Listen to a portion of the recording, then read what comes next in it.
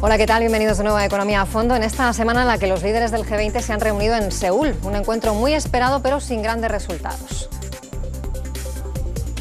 La vencemos unidos, sin poner fronteras, ni barreras, ni a la economía ni al comercio.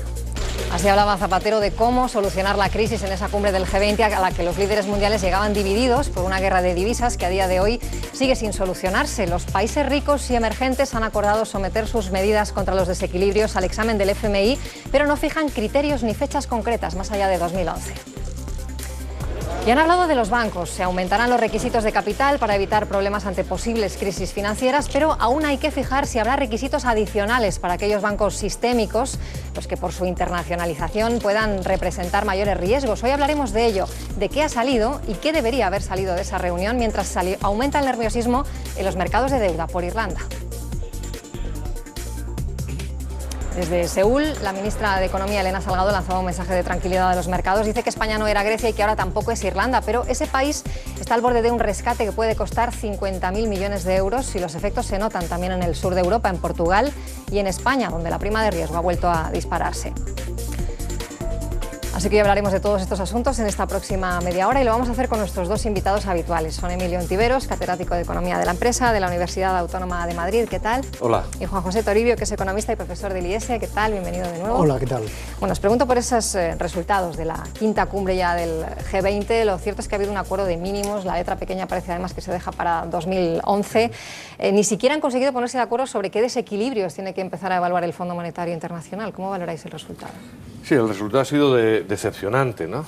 Si uno evalúa los resultados de reuniones de ese tipo de acuerdo con las expectativas creadas a priori o en función de la gravedad del tema que ocupa la agenda, pues lo que tenemos que concluir es que ha sido decepcionante, porque el comunicado, hasta bien entrado el comunicado, no hace referencia a la principal amenaza que se cierne hoy sobre el proceso de recuperación, que son esas tentaciones proteccionistas que están albergando algunos gobiernos y que tienen unas primeras señales en eso que el ministro de Finanzas brasileño dio en denominar guerras cambiarias, pero que son políticas. Es lo que Joan Robinson caracterizó en los años 30 como políticas de empobrecimiento del vecino. Empezaban con devaluaciones competitivas y terminaron como terminaron. Lo normal es que en esa reunión, desde luego Estados Unidos, con su política de inundación de liquidez a gran escala, China, con un régimen cambiario excesivamente intervenido, y aquellas otras economías que han adoptado medidas de control de cambios, hubieran convenido en abandonar ese tipo de prácticas que no son buenas. No, lo que ha hecho el comunicado es decir que efectivamente hay que ser buenos, pero claro,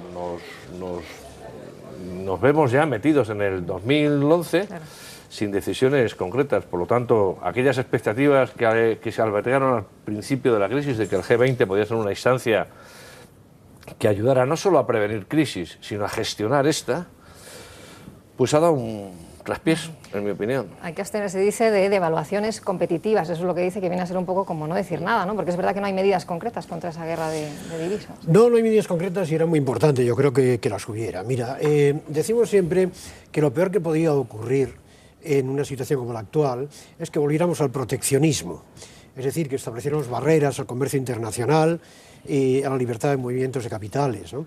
Y afortunadamente eso lo hemos evitado. Sin embargo, fíjate que el mantener un tipo de cambio como hace China, artificialmente bajo, en realidad equivale a un impuesto virtual sobre las importaciones y a una subvención virtual a las exportaciones, lo cual quiere decir que es un proteccionismo por las dos vías. Quiere decir que muchas veces nos pasamos la vida discutiendo sobre un arancel o sobre alguna restricción no arancelaria al comercio internacional y, sin embargo, los tipos de cambio son, en este sentido, auténticas barreras, cuando no auténticos subsidios, barreras en un sentido, subsidios en el otro, al comercio internacional. De manera que esto hay que arreglarlo sin duda alguna.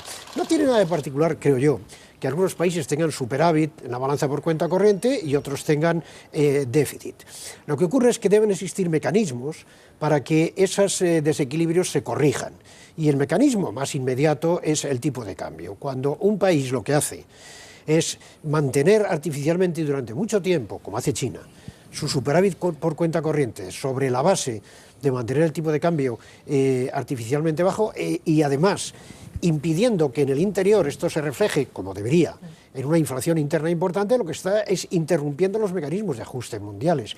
Y claro, de esa forma no saldremos nunca de la crisis, o por lo menos no saldremos de una forma armónica y equilibrada. Por eso hubiera sido importante que se alcanzara el acuerdo, pero estoy de acuerdo yo con Emilio, ha sido decepcionante lo que aquí ha ocurrido. ¿Pero sí. qué tipo de acuerdo debería haber salido entonces de este asunto? Porque es verdad, estas son unas cumbres en las que la agenda está muy predeterminada, es difícil alcanzar medidas concretas, pero en el caso de la guerra cambiaria, de la guerra de las divisas, ¿qué medidas concretas habría que haber abordado? ¿Cuál debería haber sido el acuerdo? Porque realmente es complicado el tema. Pues yo creo que sí, yo creo que tenía que haber habido un acuerdo en dos ámbitos, ¿no? A mí no me desagradaba la propuesta que el secretario del Tesoro, Geithner, había llevado a la reunión de ministros de Finanzas hace 3 semanas, ¿no? Delimitar los superávits y los déficits. Los desequilibrios por cuenta corriente de las balanzas de pagos, entendiendo por desequilibrios los déficits y los superávits. Porque es verdad lo que dice Juan José de que efectivamente puede haber un mecanismo de ajuste vía precios, que son los tipos de cambio, pero no hace falta llegar a eso.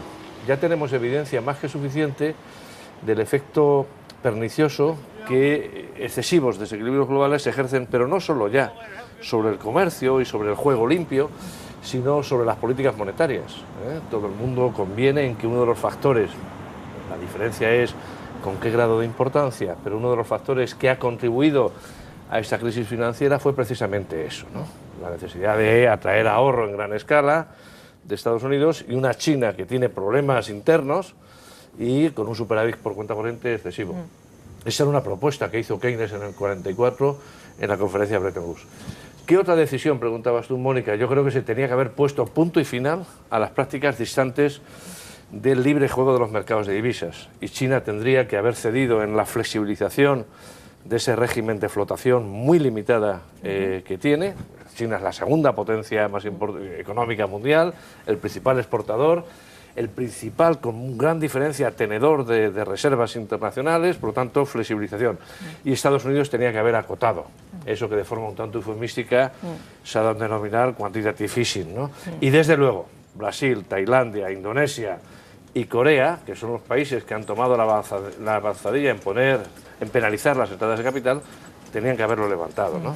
Juan José, ¿qué opinas? ¿Qué opinas de esa medida, por ejemplo, de Estados Unidos? Alemania se ha opuesto frontalmente y ha conseguido, de hecho, que no se aprobara, ¿no? Pero... Sí, claro, si es que la medida de los Estados Unidos, la medida de proceder al quantitative easing 2, que le llaman esta hora, ¿no? Comprando bonos del Tesoro por importe de 600.000 millones de dólares, que es muchísimo dinero, evidentemente, esa medida, digo, es una mala respuesta a una mala política que había seguido China, pero el origen de todo el problema está en China. Luego la respuesta norteamericana no ha sido buena y nos deja a los europeos en muy mal lugar, ¿no?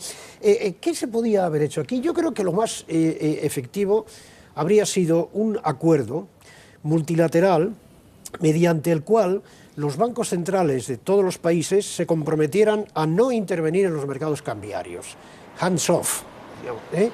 Vamos a dejar que los tipos de cambio se ajusten durante un periodo relativamente largo hasta ver dónde llega esto. Y si es necesario después proceder a otro esquema monetario internacional, ya lo veremos. Pero mientras tanto, dejemos unos y otros que los tipos de cambio...